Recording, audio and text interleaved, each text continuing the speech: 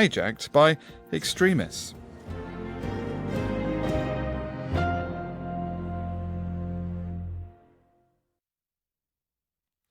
This is James Menendez with NewsHour, live from the BBC. India's overtaken Britain as the fourth worst affected country by the coronavirus pandemic. According to figures released by the government, 11,000 additional people were infected from Thursday into Friday.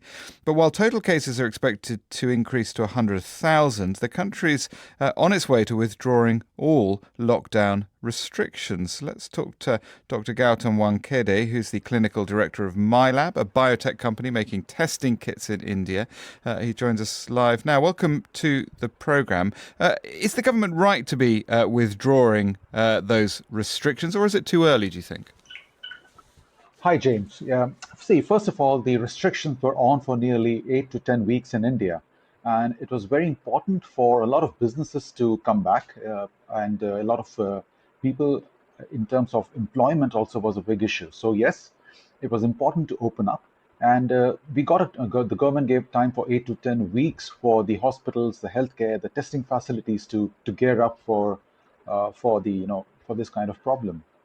And yet, as we heard on the programme on Thursday, for example, in Mumbai, hospitals have been overwhelmed by the number of cases. So perhaps the capacity wasn't there.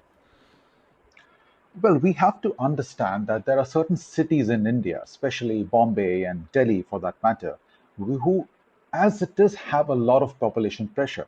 So if you take out the 3 or 4 big cities, there are also a lot of other cities where the problem or the cases are being handled very well. Yes, I do not deny the fact that yes, there are some cases in Bombay and even in Delhi where the hospitals are overwhelmed and the authorities are doing the best to ensure that everyone gets the care that is needed. What could have been done better in the early stages? I mean, I guess given what you do, it would have been more testing. That's one part of the whole strategy. I mean, testing cannot be the only way this pandemic has to be handled. It starts right from education of the people. It's testing comes later. Then we have the right supply of the PPEs, and finally, it's the hospitals, the tertiary care centers where the serious patients have to be handled.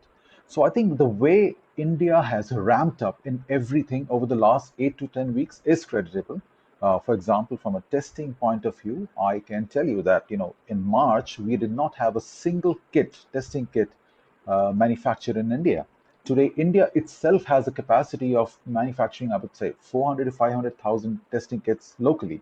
So that's been done well. Same is the case with the hospital ventilators. Same is the case with the PPEs required for healthcare and other workers as well.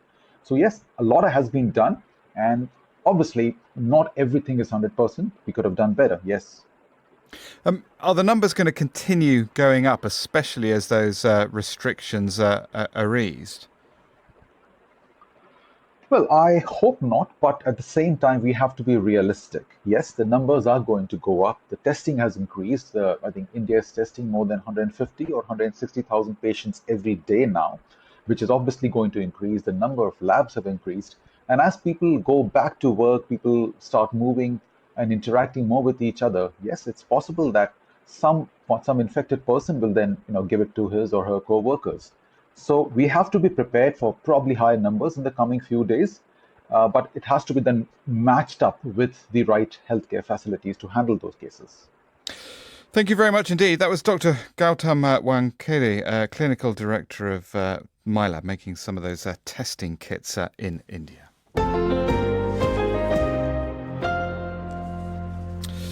Now, a face for